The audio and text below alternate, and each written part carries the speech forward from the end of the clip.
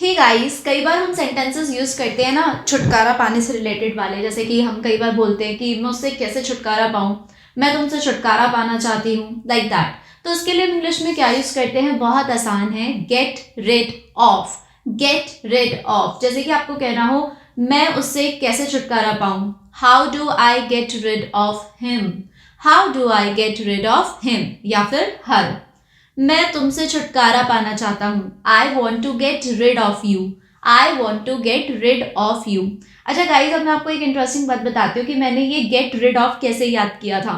एक बार साइंस की बुक में मैं बच्चों को चैप्टर रीड करा रही थी, and that was a chapter related to food and its component, something like that it was. तो उसमें हमने पढ़ा था कॉन्स्टिपेशन के बारे में, कब्ज के बारे में, कि कब्ज से कैसे छुटकारा पाया जाता है, लाइक दैट। तो वहां पे ना रिड ऑफ लिखा हुआ था, rid of, get rid of constipation. तब मुझे याद हुआ था कि गेट रिड ऑफ का मतलब होता है छुटकारा पाना। तो अगर आपको बोलना हो कि मैं कब्ज से छुटकारा पाना चाहता हूं, तो आप कह सकते हो I want to get rid of constipation, I want to get rid of constipation. वो अपनी पत्नी से छुटकारा पाना चाहता है, he want to get rid of his wife. इस तरीके से आप गेट रिड ऑफ को यूज कर सकते हैं। अब गाइज, ऐसे ही एक और फ्रेज है, पार्ट विद। पार्ट विद का मतलब भी होता है छुटकारा पाना, लेकिन छुटकारा पाना कम होता है इसका मीनिंग। हम ज्यादातर उसको इस सेंस में यूज करते हैं कि किसी से दूर हो जाना या फिर अलग हो जाना।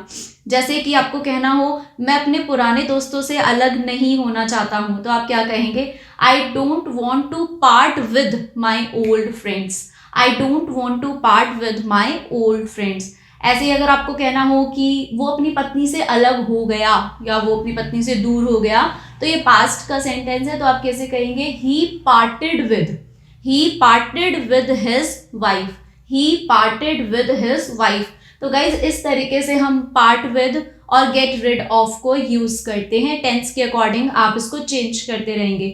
Now it's your homework to write some sentences related to get rid of and part with in the comment section.